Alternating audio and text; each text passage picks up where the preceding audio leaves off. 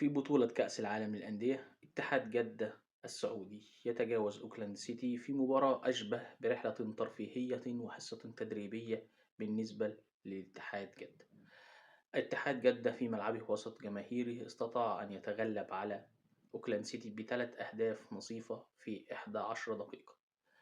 مباراة في غاية السهولة بالنسبة للاتحاد، وفي كانت بأشبه حفلة وداع بالنسبة لجمهور أوكلاند سيتي، الفريق الذي أكثر مشاركة في البطولة وأكثر توديعا للبطولة من المباراة الأولى.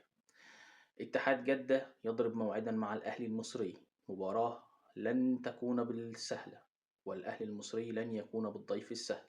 يذكر أن الفريقين التقيا من قبل في بطولة كأس العالم للأندية، ولكن جمهور الأهلي سيكون متواجد بكثافة وبغزارة في السعودية، وكذلك